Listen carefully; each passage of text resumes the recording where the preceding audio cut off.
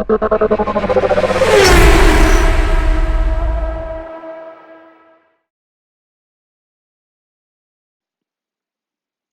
everyone, I'm Callan O'Keefe, founder of School of Zen, and welcome back to another track guide. Today we're going to be focusing on the simulator. We're going to be focusing on the F3 car at Okayama, which is the venue for this week's Apex F3 iRacing Championship. The F3 car, a great car to drive, not only in real life, but also in iRacing once you understand it. But certainly one of the ones where if you go into any practice server or even the race server as well, you tend to see a big variation from front to back.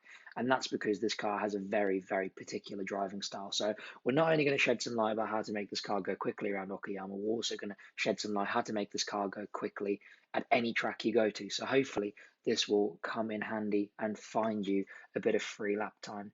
First and foremost, the lap time we're comparing to is a 1:21.9. It's the lap I did myself. By no means a world record, but it will certainly get you nice and competitive in almost any server other than top split. So something to aim for, and we're going to break it down corner by corner to show you how I did it and also help you potentially replicate it yourself. So first things first, going down the main straight, you want to make sure that your upshifts are nice and crisp. Always run all the way to the rev limiter. As we arrive into turn one, you need to find a braking zone here. But the most important thing with this F3 car is it's very, very easy to lock and the car's got a great deal of downforce. So in this straight line phase of the braking, you need to make sure to be really, really strong and efficient on the brake pedal. Now, what do I mean by strong and efficient? Well, if I was to draw out your brake pressure, you really want to have a nice, strong braking peak where you build up where the car's in a straight line. That's that phase there. You have a small hole just before you turn in, and then you are bleeding off the brake pedal nice and aggressively all the way as you start the entry phase to the corner. And the reason for that is this car's got a great deal of downforce. So when you hit the brake pedal, you can be really, really aggressive with it. But because it's got so much downforce, it also promotes you to enter the corner nice and early. And that means that if you're hanging on to too much brake pressure, you're locking the inside front tire. Now, if you do find yourself locking, unfortunately, there's no solution with brake balance that's going to change this. All you can do for locking fronts is either turn in a fraction later or release the brake pedal. And here it's really, really easy to lock those fronts up. So you want to make sure to have a nice, strong, efficient brake, bleed off the brake nice and aggressively. And that's going to mean that you're going to be on the right bit of track, which is so, so critical in iRacing, because if you miss the line by even a car length, you just lose all grip, don't you? So we are looking for this this blue cone, sorry, on the outside there.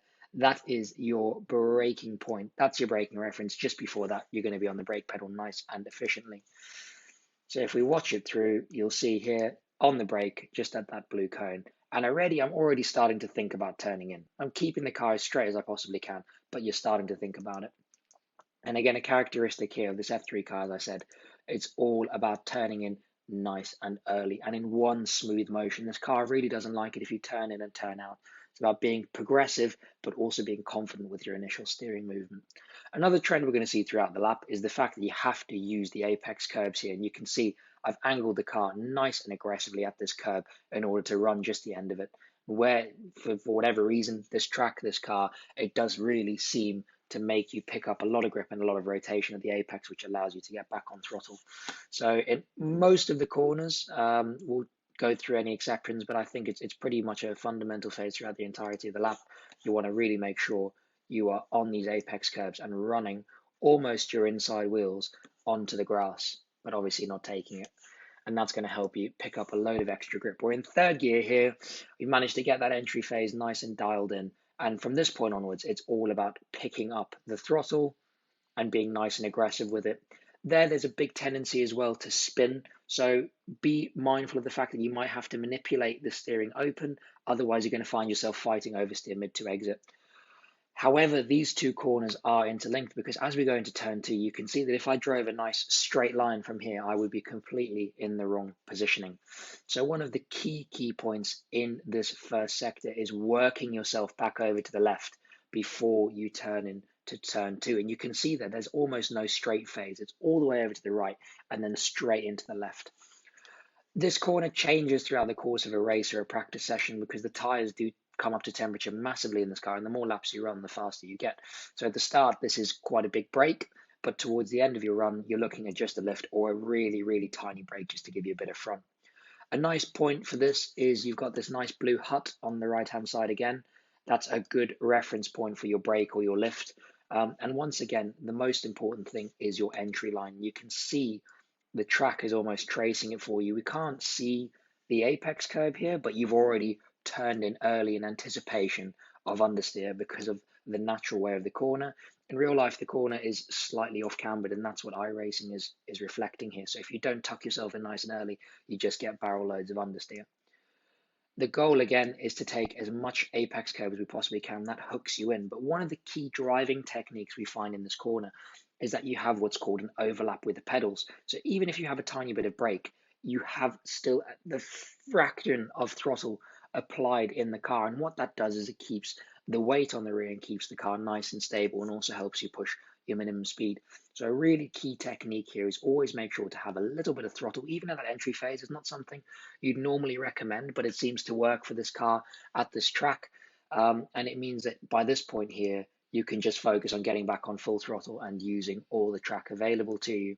Going through there in fourth gear as well, it's all about pushing your minimum speed. So it's all about using those tools around you to help you with that. This section completely flat. You're not looking for anything else other than a perfect line. And then this is one of the most important corners on the track for making up lap time. It's one of those ones where very quickly 2/10 can disappear away from you, or you can find 2/10 as you get more and more confident. One of the things you'll notice looking straight ahead is the fact that the track is very much cambered at the apex.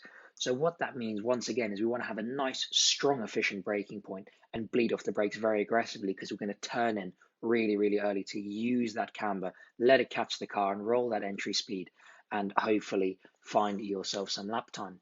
Braking point is just before the 50-meter board on the left-hand side there, and we're going to be in third gear through the corner.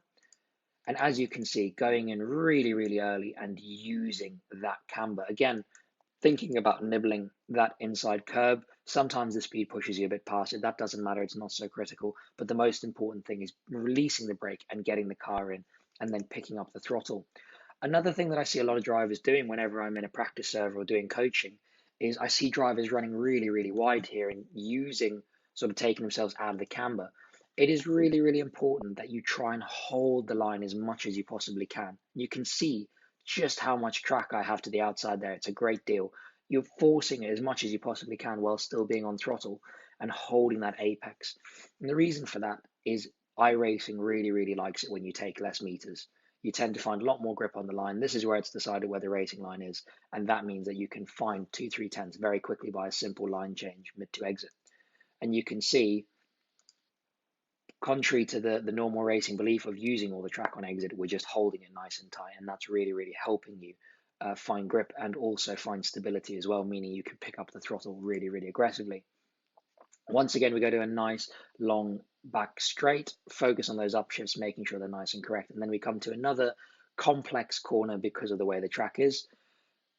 Braking point is about 60 meters. You can kind of see we've got that reference point there using the tower and the distance from it. That's what I tend to use in the car, and it gives me some sort of gauge of where I need to be on the brake pedal. But you can see again the track massively falling away from you there, which means again it's really, really easy to lock your inside tires. So here we have to rely on other ways to get the car stopped, mainly the steering and also your downshifts as well. And if we play it through and you watch the line, you'll see that I'll dive into the corner really, really aggressively. I'll come off the brake really aggressively as well to stop myself locking on and pushing past the corner. But also the way that I use the downshift to get into first. So you're going to go into first gear, and that's going to allow you to tuck the car in really nice and aggressively there. Again, when you get this right, it feels really, really good. You know you've gotten it right because you might have the smallest of lockups, but you end up at this point here. And that allows you to set yourself up for the next corner, which is really, really important. Once again, though, just like turn one, be mindful though, because it is a traction zone, you might have to open the steering and be a bit more progressive with the last 20% when you build up to throttle. So we want to work again really hard to get the car over to the right hand side because we have a high speed left hander coming up. Now it's all about the finesse. This last sector, it's so easy to over push and lose a load of lap time. Here we're going to keep the car in second gear and focus on throwing it in nice and early, even before you can see the apex curve. And once again, it's to do with the nature of the track. It's to do with the track falling away from you at the apex. So you want to tuck the car in nice and early. You can see we've apexed before the curves even start and used as much of it as possible. and then using all the road on exit, not only to push your minimum speed, but also to set yourself up for this next fast left-hander. This left-hander, as the curb starts on the right-hand side, you want to just dab the brake and turn in really aggressively, because it's all about rotating the car, because the track tightens up mid to exit. Early throttle pickup at the curb and drive the car out. Once again, another place really, really difficult for traction. So focus on opening up that steering, get the lateral load out of the car so you can start to apply the throttle.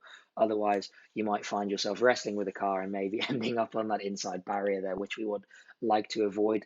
A heavy virtual bill. Now into the last sector, once again, two combination corners that go together. Here it's all about bringing the entry speed in the first part, but still holding good positioning for the second, where you go back up the hill towards the final two corners. Braking point is just past the 50-meter board on the right-hand side. You would have just seen it. And now it's all about finding a nice straight line for braking. Once again, it's another place where it's really, really easy to lock up the front. So you want to have a strong hit on the brakes while everything is nice and straight, and then bleed off of it really aggressively, but still aim to trail brake into the corner. Nice late line into first gear, and again, we're trying to get back to that apex nice and late in order to hold positioning. I even have a bit of a moment trying to hold the car over, but where you find the lap time is on entry to the first bit and your exit of the second. So this bit in between really isn't important. It's all about holding your positioning. Again, a little bit of camber in this corner, so it's all about being really, really smooth with the brake to help you with your initial rotation, but then bringing the speed. And once again, a characteristic of these hairpins here at Okayama, you really want to focus on a nice late apex and really try and choose a point in the curb at which you aim for. And that's going to help you be more consistent over the course of a lap. Here it's really, really easy as well, because you can't see anything in the distance to keep the steering and force more than you need to. But actually the track tends to open a lot away from you. And equally, you're going uphill, so you're going to find that the car is very, very stable. So it's really, really important that here, when you get back on throttle, you manipulate the steering out of the car so that you can be nice and aggressive back on power. That's such a key characteristic with this car. Although they haven't got a great deal of power because they've got no traction control or anything like that, you have to really work on taking the steering out when you apply the throttle. We've almost finished a really good lap here. Second last corner, probably not flat on lap one, but is flat throughout the rest of the race. It's just all about making sure you secure that turning point and you run that apex curve just like so. And then obviously we come to the last corner now. Normally I would never recommend a real life driver uses a reference point such as a bit of grass or something like that, but they don't change on the sim, thankfully. So you can use this patch over here as your reference point for the brake. And then once again, you can see we have a lot of camber here. So you want to go in nice and early.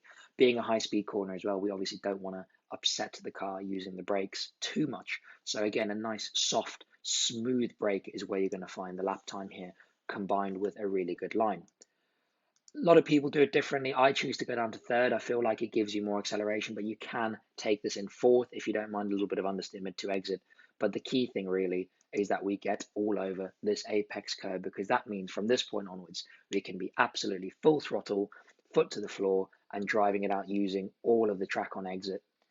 So that is a lap at Okayama. That was a 1:21.9. I'll post the full link to this lap as well on the YouTube channel, so you'll be able to see it.